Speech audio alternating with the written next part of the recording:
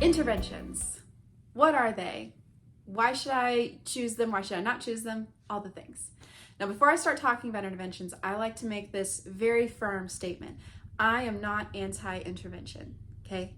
Interventions were created for a reason and they save countless lives. So we're not angry at interventions.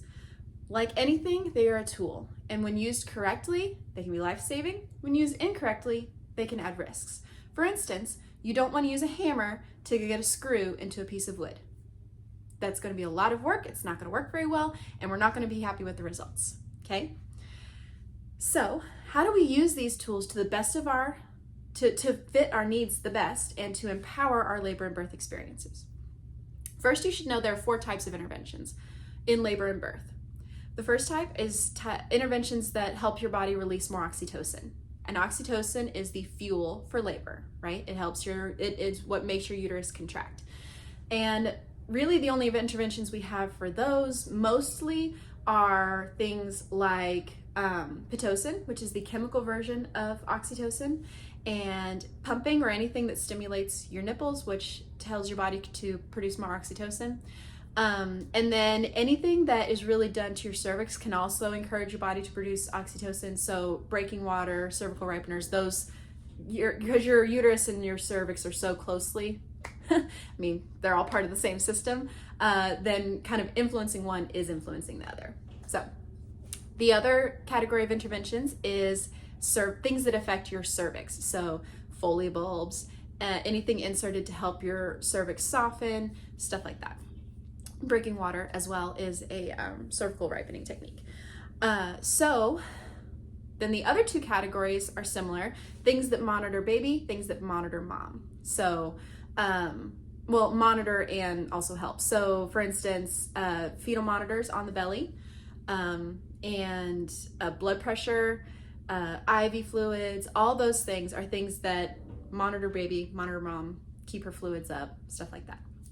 So those are our 4 categories of interventions in labor and birth. So how can these things be beneficial and cause risks all at the same time? Well, IV fluids is my favorite kind of example to kind of help clarify that. So IV fluids are fantastic when you need fluids. Like it can really be a quick way to kind of sort of hydrate your body, although I will say it's still not true hydration.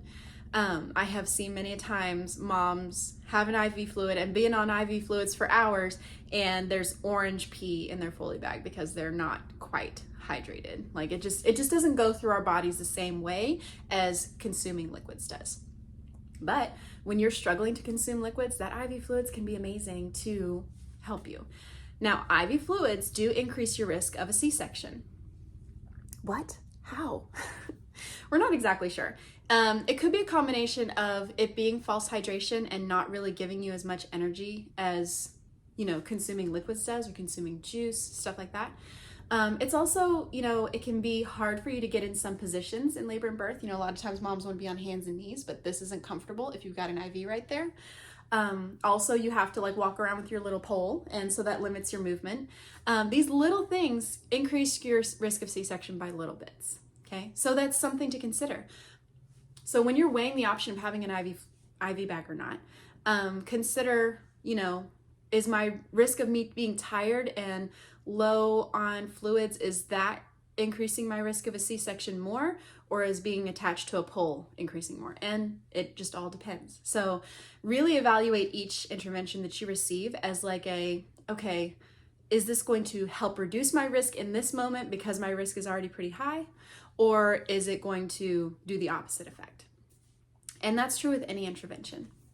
The important thing to know is that when you are presented with anything, let's say constant fetal monitoring or an IV or Pitocin, your doctor or your midwife, your care provider, your nurse, all of those people, they are very used to doing things a certain way.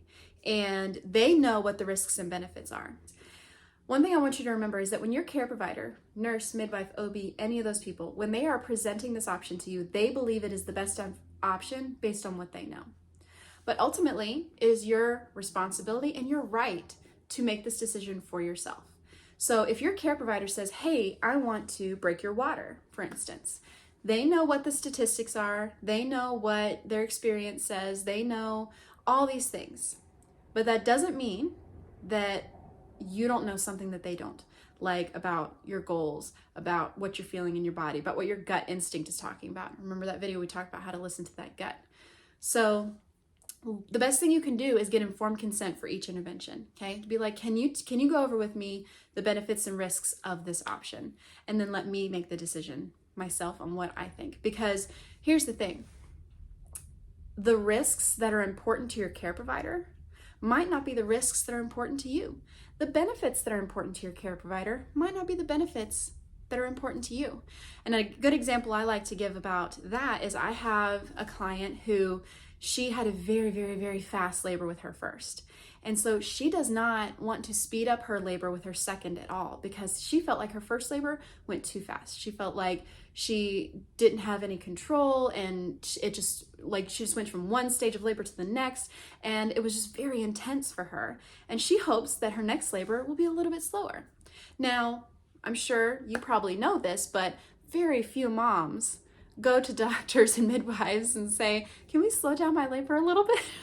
It is not a common feeling to want to labor just a little bit longer. Now, she labored for like 4 hours, I think, or less with her first baby, which is very rare. So it's not that she wants to labor for 2 days. She just wants to labor for like 8 hours or so that she feels like she has more control and she can steadily walk through that a little bit more easily. So your care provider might be offering a thing to speed up your labor, but if that's not what you want, and if that's not what you feel safe doing, then, you can have these conversations with your care provider and go over the risks and benefits, and then he can be more aware of what you need and what you feel like is best for you and your family. So informed consent always. Rewatch the video about informed consent over and over and over again. Ingrain it into your brain. And don't consider interventions evil. They are not evil. Don't consider them your savior either. They're not. Okay? They are tools, and they are tools to be used to empower you and strengthen you in your choices, in your birth, in your postpartum, child raising, all that stuff.